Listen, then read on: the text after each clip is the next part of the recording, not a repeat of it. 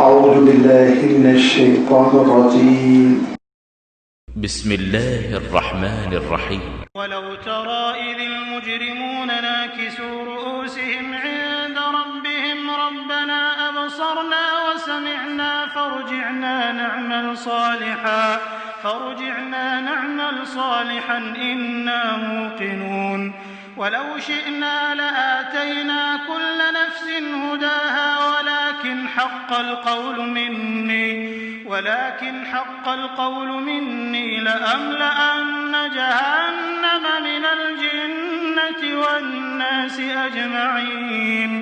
فذوقوا بما نسيتم لقاء يومكم هذا إنا نسيناكم وذوقوا عذاب الخلد بما كنتم تعملون إنما يؤمن بآياتنا الذين إذا ذكروا بها خروا سجدا وسبحوا بحمد ربهم وهم لا يستكبرون تتجافى جنوبهم عن المضاجع يدعون ربهم خوفا وطمعا ومما رزقناهم ينفقون فلا تعلم نفس ما أخفي لهم من قرة أعين جزاء بما كانوا يعملون أفمن كان مؤمنا كمن كان فاسقا لا يستوون أما الذين آمنوا وعملوا الصالحات فلهم جنات المأوى نزلا بما كانوا يعملون وأما الذين فسقوا فمأواهم النار كلما أرادوا أن يخرجوا منها أعيدوا فيها وقيل لهم ذوقوا عذاب النار الذي كنتم به تكذبون ولنذيقنهم من العذاب الأدنى دون العذاب الأكبر لعلهم يرجعون ومن أظلم ممن ذكر بآيات ربه ثم أعرض عنها إنا من المجرمين منتقمون صدق الله العظيم. الحمد لله رب العالمين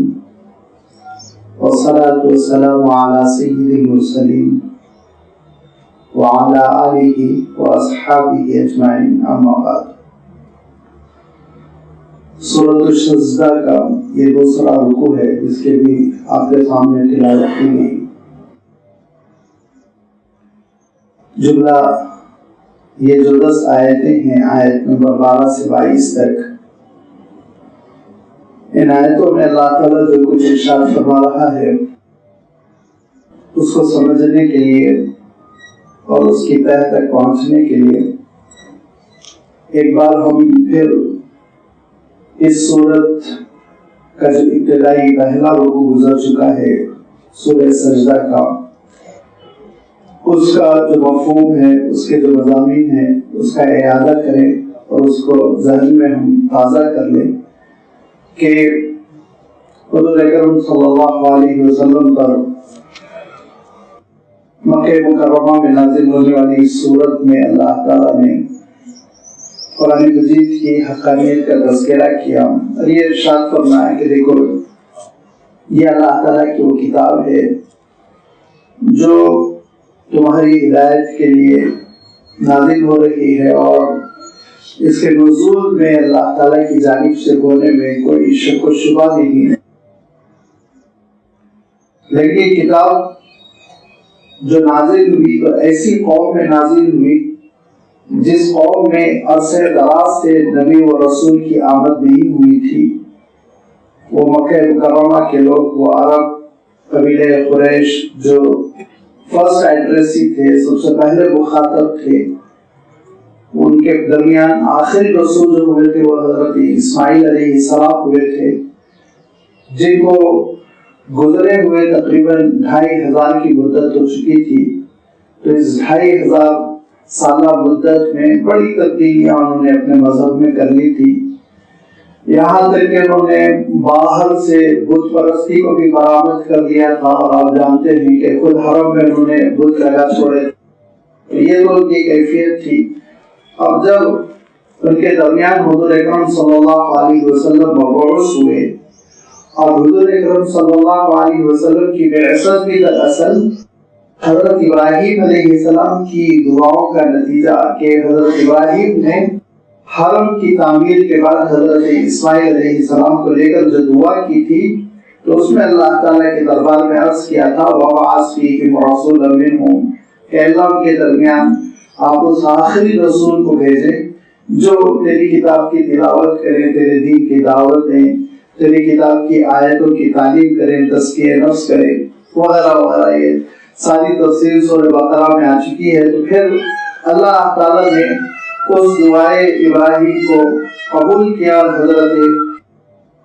آپ صلی اللہ علیہ وسلم کی بعثت ہوئی. آپ صلی اللہ علیہ وسلم کو اللہ تعالیٰ نے مکہ مکرمہ میں برپا کیا. آپ صلی اللہ علیہ وسلم کھڑے ہو گئے.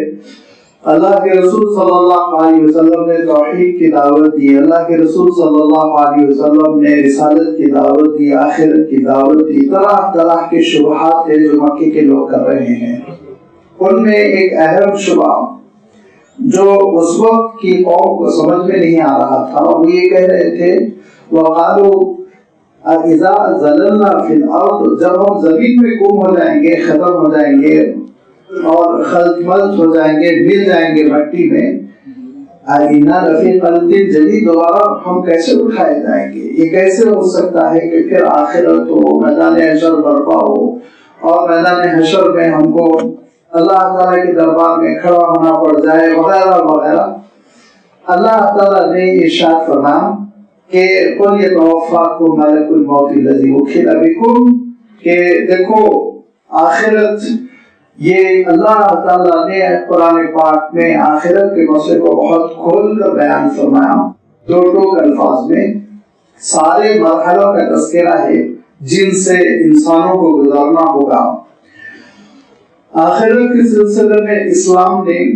آخرت کے سلسلے میں قرآن مجید نے اور حضور اکرم صلی اللہ علیہ وسلم نے کسی قسم کا کوئی کنفیوژن نہیں چھوڑا. ابہام ہو، مبہم ہو، معلوم نہ ہو،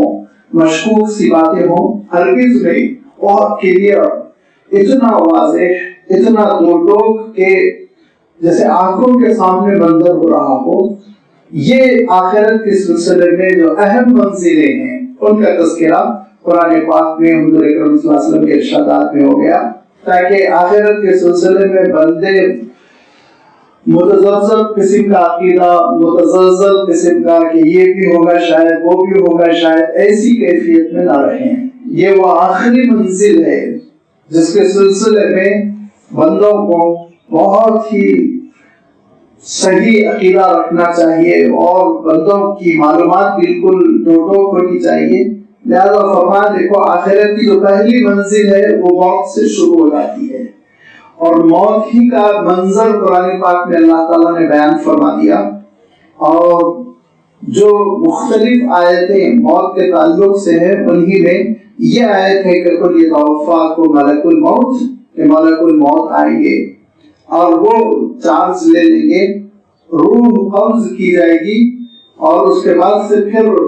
حضور اکرم صلی اللہ علیہ وسلم نے وضاحت فرما دی. اور قرآن پاک میں اللہ تعالیٰ نے یہ ارشاد فرمایا کہ دو کیفیتیں ہوں گی. ایک تو یہ کہ ظالمی انفسہم، وہ لوگ جو اپنے آپ پر ظلم کرتے چلے گئے، گناہوں سے آلودہ اور استغفار توبہ کی مہلت نہ ملی، اب وہ ظالموں کی جب روح قبض ہوگی تو کیا عالم ہوگا. اور دوسرے ارشاد فرمایا طیبین، بھلے لوگ، اچھے لوگ، پاکیزہ لوگ، وہ ان کی روح قبض ہوگی تو کیا کیفیت ہوگی. یہاں سے منظر کشی کر دی گئی، اور اس کے بعد سے پھر موت سے دوچار ہونے کے بعد اللہ تعالیٰ کے دربار میں حاضری ہوگی اور عالم برزخ اور اس برزخ کا تذکرہ، اور پھر اس برزخ کے گزر جانے کے بعد قیامت برپا ہوگی. اور قیامت جب ہوگی میدان حشر کیسے برپا کیا جائے گا، اور اس دن انسان اللہ تعالیٰ کے دربار میں کھڑا ہو جائے گا، تو پھر جو بڑی بڑی باتیں دنیا میں کرتے تھے ان کا کیا حشر ہوگا. وَلَوْ تَرَىٰ اذ المجرمون ناکسوا رؤوسہم عند ربہم، کہ تم دیکھ لیتے کہ اس وقت مجرم سر جھکائے پروردگار کے دربار میں کھڑے ہوئے ہوں گے. ناکسوا رؤوسہم، سر ان کے جھکے ہوئے ہوں گے مارے شرمندگی کے، مارے ندامت کے، کہ وہ اسی دن کا انکار کرتے تھے، آخرت کا انکار کرتے تھے. اب ان کو محسوس ہو جائے گا کہ ہم نے جو انکار کیا وہ دراصل ایک حقیقت کا، ایک سچائی کا انکار کیا. بڑی شرمندگی میں ہوں گے،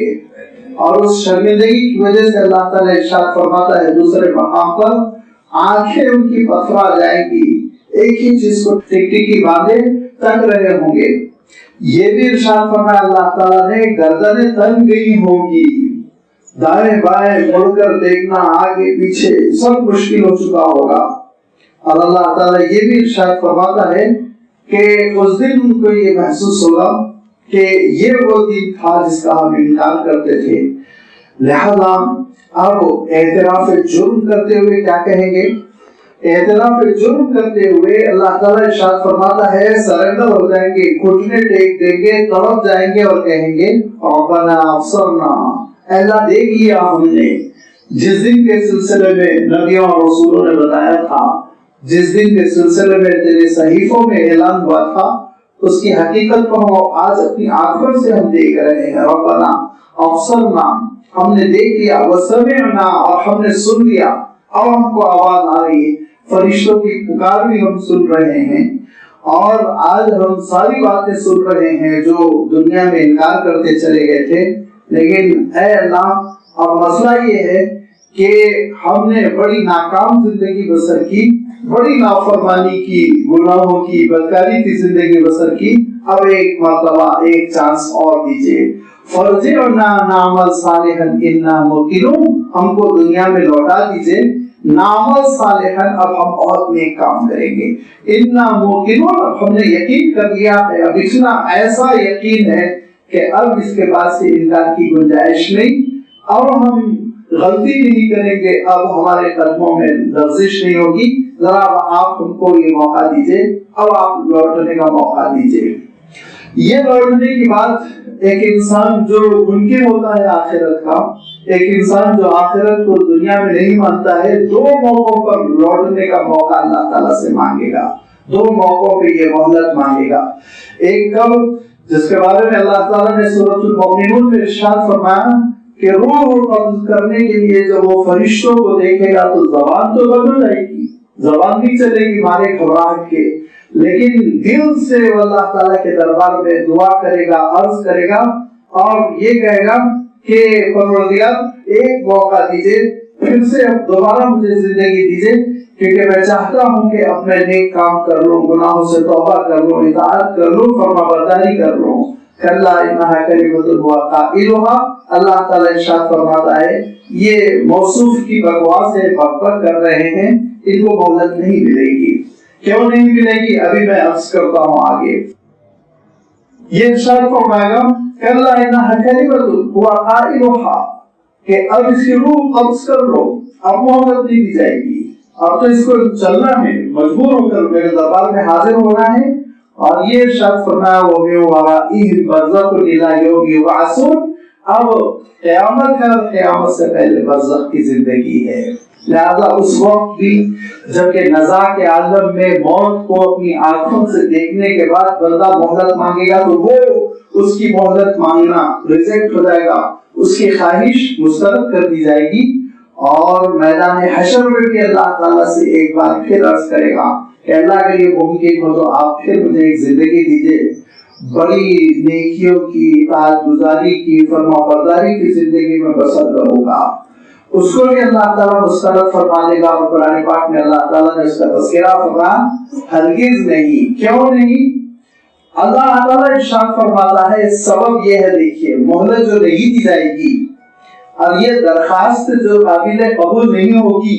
یہ خواہش جو ریجیکٹ کر دی جائے گی، اس کا سبب اللہ تعالیٰ ارشاد فرما رہا ہے وَلَوْ رُدُّوا لَعَادُوا لِمَا نُهُوا عَنْهُ، اگر موصوف کو دوبارہ مہلت دے دی بھی جائے، دوبارہ لوٹایا جائے تو پھر وہی زندگی بسر کریں گے جو زندگی بسر کر کے یہ آ چکے ہیں. مہلت کی کیا بات ہے، ہر گھنٹے مہلت مل رہی ہے، ہر لمحے مہلت مل رہی ہے۔ اب جب زندگی کا خاتمہ ہو گیا تو مہلت مانگ کر نئی زندگی حاصل کرنا، تو تمہارے پاس کیا ضمانت ہے، کیا ایشورٹی دے رہے ہو تم کہ اب جو تم کو دوبارہ زندگی ملے گی وہ اچھی گزارو گے، فرما برداری کی گزارو گے؟ کیونکہ یاد رکھیے کہ جو مہلت دی جائے گی، دوبارہ اگر زندگی دی جائے، دو صورتیں ہو سکتی ہیں۔ ایک صورت یہ کہ بندے کو یاد رہے کہ فرشتوں کو کیسے دیکھا تھا، روح کیسے قبض کر رہے تھے، نرخرے میں دم کیسے گھل رہا تھا، پیر کیسے پٹک رہے تھے، نزا کا عالم یاد رہے۔ اور نزا کا عالم یاد رہتے ہوئے جب اگر دوبارہ ایکسٹینشن دے دیا جائے، زندگی دے دی جائے، تو گناہ کھانا نہیں کھا سکے گا، سو نہیں سکے گا بندہ مالے گھبراہٹ کے، اور جینا اس کا دوبر ہو جائے گا، ایک گھٹ پانی اس کے حلق سے نہیں اترے گا، ایسی گھبراہٹ تاری رہے گی۔ لہذا مہلت کا مفہوم ہی ختم ہو گیا، اسی پریشانی میں بندہ زندگی بسر کرے۔ اور اگر اللہ تعالیٰ ارشاد فرماتا ہے ہم اس کے ذہن سے محو کر دے، مٹا دے، بھلا دے کیا ہوا تھا نزا کے عالم میں، کیا ہوا تھا آخرت کی کیفیت، کیا کیا چیزیں اس نے دیکھی، یہ ساری بھلا دی جائے، تو پھر وہ دوبارہ اپنی زندگی کیوں تبدیل کرے گا؟ جیسے زندگی اس نے بسر کی تھی ویسے ہی زندگی دوبارہ بسر کرے گا، تو کتنی بار مہلت دی جائے گی؟ لہذا یہ ایک ہی بار ہے جو زندگی ملی ہوئی ہے۔ لہذا وہ کہیں گے ربنا ابصرنا وسمعنا فارجعنا نعمل صالحا انا موقنون، کہ اے اللہ آپ ہم کو لوٹا دیجئے، نعمل صالحا بڑی بھلی زندگی بسر کریں گے، اب تو ہم نے یقین کر لیا، اب تو ہم غلطی نہیں کریں گے۔ تو ارشاد فرمایا اب اگر اس آخرت کے منظر کو دیکھنے کے بعد، میدان حشر کے منظر کو دیکھنے کے بعد، برزخ کی زندگی کا مشاہدہ کرنے کے بعد اور موت کے منظر کا مشاہدہ کرنے کے بعد اگر تم کو پھر دوبارہ دنیا کی زندگی میں بھیجا جائے تو فرشتے ہی بن کر زندگی بسر کرو گے، گناہ تو کرو گے ہی نہیں۔ ایسی خطرناک چیزیں تم نے اب دیکھ لی کہ اب اس کے بعد سے تمہارا اختیار نہیں رہ جائے گا، تم تو مجبور ہو کر ایمان قبول کر لو گے۔ لہذا ارشاد فرمایا اگر یہی ہوتا، اگر یہی مقصود ہوتا تو اس دنیا میں امتحان نہ ہوتا، اس دنیا میں سب کو اللہ تعالیٰ فرشتوں جیسا پیدا کر دیتا کہ ان کے اندر نافرمانی کی صلاحیت، ان کے اندر گناہ کرنے کا اختیار ہی نہ ہوتا۔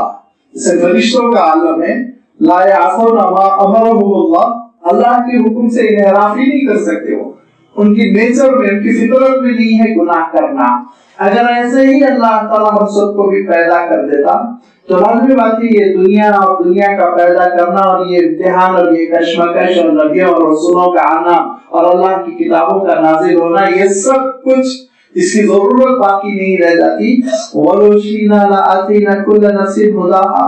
اگر ہم چاہتے تو ہر جاندار کو ہدایت پہ پیدا کرتے، ہر شخص کو ہم ہدایت پر پیدا کرتے، لیکن پھر ہمارا امتحان باقی نہ رہتا،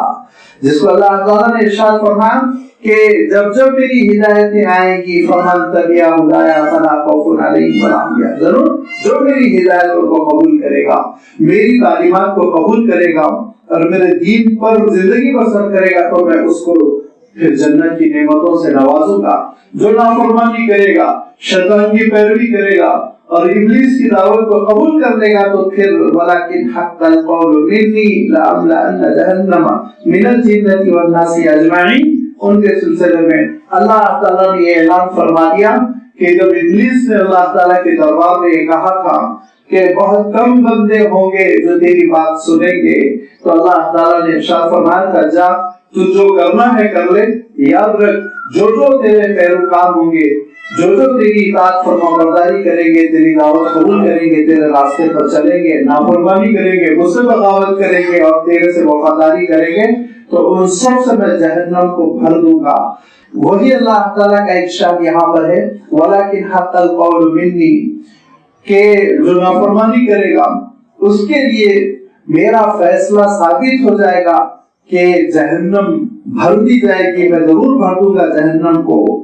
جن سے بھی، جناتوں سے بھی اور لوگوں سے بھی، سب کے سب جو نافرمان ہوں گے، بغاوت کریں گے اور ان کو جو جہنم میں جھونکا جائے گا فذوقوا بما نسیتم لقاء یومکم ھذا، چکھو مزہ کہ جو تم نے فراموش کر دیا تھا آج کے دن کی اس ملاقات کو۔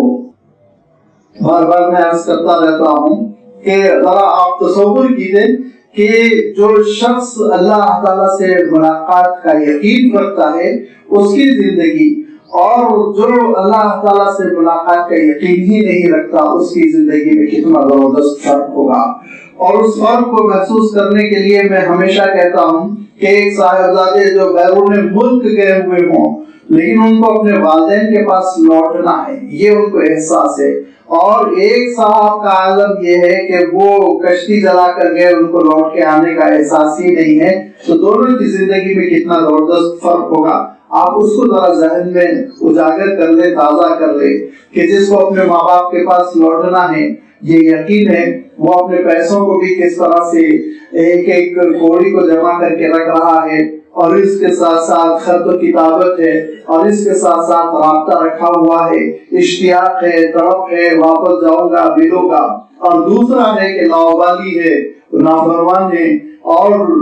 منچاہی زندگی بسر کر رہا ہے، جیسا چاہے اپنا سرمایہ خرچ کر رہا ہے۔ دونوں میں زمین آسمان کا فرق ہو جائے گا، لائف اسٹائل بالکل بدل جائے گا۔ ایسے ہی ایک وہ بندہ ہوتا ہے جس کے دل میں یقین ہے کہ پروردگار کے دربار میں کھڑے ہونا ہے اور اس کے سامنے نام اعمال کو پیش کرنا ہے، اس سے اجر لینا ہے، کامیابی ناکامی کا تصور ہے، اور ایک ہے جو بالکل آخرت کو فراموش کیا ہوا ہے، جواب دہی کا کوئی احساس نہیں، لہذا دونوں کی زندگی میں بہت زبردست اس دنیا میں فرق آ جاتا ہے، دونوں کا لائف اسٹائل بالکل الگ۔ فذوقوا بما نسیتم، چکھو اس جہنم کا مزہ، بما نسیتم لقاء یومکم ھذا، آج کی اس ملاقات کو جو تم نے فراموش کر دیا تھا، بھلا دیا تھا، لہذا اس کا نتیجہ یہ ہوگا انا نسیناکم، کہ ہم بھی اب تم کو فراموش کر رہے ہیں، چھوڑ رہے ہیں، پڑ جاؤ جہنم میں، وذوقوا عذاب الخلد بما کنتم تعملون، اور ہمیشہ کے عذاب کا مزہ چکھو جس سے تم نجات نہیں حاصل کر سکو گے۔ آگے اللہ تعالیٰ ارشاد فرما رہا ہے کہ کلما ارادوا ان یخرجوا منها اعیدوا فیها، جہنم سے نکلنے کے لیے بڑی کوششیں کریں گے، بڑا زور لگائیں گے، لیکن کامیاب نہیں ہو سکیں گے، دوبارہ اس میں لوٹا دیے جائیں گے۔ لہذا عذاب الخلد فرما، ہمیشہ کا عذاب، دائمی عذاب، نہ ختم ہونے والا عذاب، فذوقوا عذاب الخلد بما کنتم تعملون، جو کچھ کر کے آئے ہو اس کے نتیجے میں اس عذاب سے تم دوزخ ہو جاؤ۔ لیکن جو آخرت کا یقین رکھتا ہے، جس کو معلوم ہے کہ مرنے کے ساتھ ہی آخرت کی منزلیں شروع ہو جاتی ہیں، برزخ کی زندگی، قبر کی زندگی، میدان حشر، پل صراط، میزان عمل، جنت جہنم، ساری چیزوں کو سمجھتا ہے، تو پھر اس کی زندگی پر جو زبردست اثر پڑتا ہے، پازیٹیو قسم کی زندگی، بڑی نیکیوں کی زندگی، بھلی زندگی، وہ زندگی کا تذکرہ کرتے ہوئے اللہ تعالیٰ نے دونوں باتوں کا تذکرہ فرمایا۔ اللہ تعالیٰ سے اس کا تعلق کتنا مضبوط ہوتا ہے، نمبر ایک، بندوں کے سلسلے میں اس کا رویہ کیسا ہوتا ہے، نمبر دو، دونوں چیزیں آگے اللہ تعالیٰ نے ارشاد فرمائی۔ لیکن اس کی وضاحت سے پہلے میں آپ کی توجہ ایک خاص بات کی جانب مبذول کر دوں کہ اب یہ آنے والی آیت سجدہ ہے۔ آیت سجدہ کے معنی یہ کہ اس آیت کی تلاوت پر سجدہ واجب ہو جاتا ہے، اور تلاوت ہو چکی ہے ایک بار، لہذا اب سجدہ واجب ہو چکا ہے، پڑھنے والے پر بھی، سننے والے پر بھی، اور یہ سجدہ آپ کو اولین فرصت میں کر لینا چاہیے، اس کو ٹالنا نہیں چاہیے۔ کبھی کبھی انسان بھول جاتا ہے جس کی وجہ سے ایک واجب اس کے ذمہ باقی رہ جاتا ہے، لہذا جیسے ہی آپ اس مجلس سے فارغ ہو سجدہ کر لیں، اگرچہ کہ ہم بار بار آیت کی تلاوت کریں گے، لیکن حکم یہ ہے کہ ایک مجلس میں اگر ایک ہی آیت بار بار پڑھی جا رہی ہے، آیت سجدہ بار بار ریپیٹ کی جا رہی ہے، تو ایک ہی سجدہ واجب ہوگا۔ لیکن ایک مجلس میں آپ اتنا پڑھ گئے کہ الگ الگ آیتیں سجدہ آ گئی ہو تو الگ الگ سجدے واجب ہوتے ہیں، ایک آیت کے ریپیٹ کرنے سے ایک ہی سجدہ واجب ہوتا ہے، اسی لیے آپ کو ایک ہی سجدہ کرنا ہے، لیکن شرط ہے وضو، بغیر وضو سجدہ جائز نہیں، بات آپ ذہن میں رکھیں، کوئی بھی سجدہ بغیر وضو جائز نہیں، کامل طہارت ہی پر سجدہ کیا جا سکتا ہے، لہذا جو حضرات باوضو ہوں وہ تو کر لیں، اور جن کو وضو کی ضرورت ہو وضو کرنے کے بعد سجدہ کریں، یہ اس کو ذہن میں رکھیں۔ باقی سجدہ کس کو کہتے ہیں فقہی طور پر وہ آپ جانتے ہیں، لہذا اس انداز میں آپ سجدہ کر لیں۔ اللہ تعالیٰ ارشاد فرما رہا ہے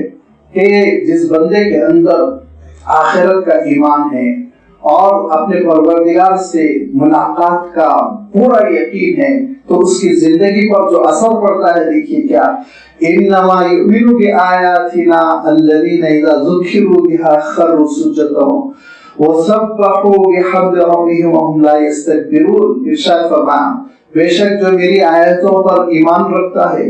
اور جو آیتیں آخرت کا تذکرہ کرتی ہیں اور جو آیتیں انسان کے سامنے اس عالم بالا کو پیش کر دیتی ہے جہاں کے انسان کو ایک دن پہنچنا ہے، تو اس پر ایمان رکھنے والے کی کیفیت یہ ہوتی ہے انما یؤمن بآیاتنا، بے شک میری آیتوں پر وہی ایمان رکھتے ہیں جو کہ اذا ذکروا بہا، ان آیتوں سے جن کی نصیحت جب کبھی کی جاتی ہے خروا سجدا، وہ سجدوں میں گر جاتے ہیں، خروا سجدا کہ وہ سجدوں میں گر جاتے ہیں اور اعتراف کرتے ہیں کہ پروردگار میں بندہ ہوں تو مالک ہے، پروردگار میں عبد ہوں تو مولا ہے، پروردگار تیری شان عظیم ہے، میں بہت کمزور ہوں ناتواں ہوں۔ یہ اعتراف کرتے ہوئے اس اعتراف کے اعلان میں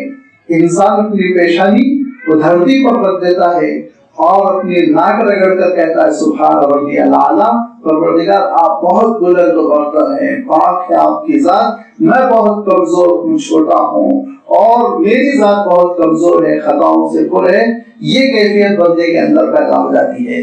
لہذا اذا ذکروا بها خروا سجدا وسبحوا بحمد ربهم، اور اپنے پروردگار کی حمد و ستائش کرتے ہوئے اس کی تسبیح بیان کرتے ہیں۔ تھوڑا سا اس کو آپ وضاحت کے ساتھ سمجھ لیں، اور بہت آسان مثال دی علماء نے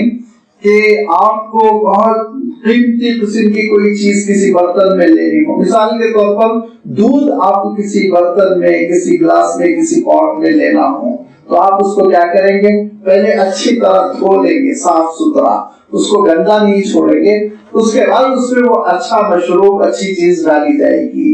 یہی کیفیت ہمارے اور آپ کے دل کی ہے کہ سب سے پہلے دل کو پاک کرنا چاہیے، صاف ستھرا مانج لینا چاہیے، پھر اس کے بعد اس میں اللہ کی حمد و ستائش داخل ہوتی ہے۔ اس صفائی کے عمل کو تسبیح کہتے ہیں۔ تسبیح کے معنی یہ ہوتے ہیں اللہ کی ذات کو بے عیب ماننا، اللہ تعالیٰ کی ذات کو بے عیب ماننا، اس کی ذات میں کوئی فالٹ نہیں، کمزوری نہیں، وہاں نیند نہیں، وہاں تھکن نہیں، وہاں کسی قسم کی کوئی وہ انسانی مخلوق کی مجبوری نہیں جو مخلوق کے ساتھ خاص ہے۔ لہذا ساری چیزوں سے اللہ تعالیٰ کی ذات کو بے عیب ماننا، یہ ہے سبحان اللہ کہنا، تسبیح کہنا۔ اور پھر بحمد ربهم، اس کے بعد اللہ تعالیٰ کی تعریف، حمد و ستائش ہمارے دلوں میں جگہ پائے گی، پھر حمد۔ اور اس کی سب سے مختصر سی مثال ہے لا الہ الا اللہ۔ آپ نے کہا لا الہ، کوئی معبود نہیں، کوئی ایسی ذات نہیں جس کے آگے میرا سر جھکے، کوئی ایسی ذات نہیں جس کے دربار میں میں حاضر ہو جاؤں۔ مانج لیا آپ نے، پہلے صاف کر لیا اپنے عقیدے کو کہ کوئی ایسی ذات نہیں ہے جو مجھ پر کنٹرول کرنے والی ہو، جو میرے سجدوں کی، میرے رکوع کی، میری عبادتوں کی مستحق ہو، الا اللہ، سوائے اللہ کے۔ یہ حمد و ستائش آپ نے کر دی۔ اسی کیفیت کے لیے اللہ تعالیٰ نے بیان فرمایا کہ وَسَبَّحُوا بِحَمْدِ رَبِّهِمْ، اور وہ میرے بندے پھر میری تسبیح کرتے ہیں، میری ذات کو بے عیب قرار دیتے ہیں، بِحَمْدِ رَبِّهِمْ، اور رب کی پھر وہ حمد و ستائش کرتے ہیں، اس کی تعریف کرتے ہیں۔ وَهُمْ لَا يَسْتَكْبِرُونَ، اور ان کے اندر غرور نہیں، تکبر نہیں، بڑائی نہیں، عظمت نہیں، اپنے آپ کو اونچا نہیں سمجھتے، وہ اللہ کا بندہ سمجھتے ہیں۔ بندگی انسان کے اندر پیدا ہو جائے، یہ بہت بڑی کامیابی ہے۔ یاد رکھیں کہ انسان یہ سمجھ لے کہ انسان مجبور ہے،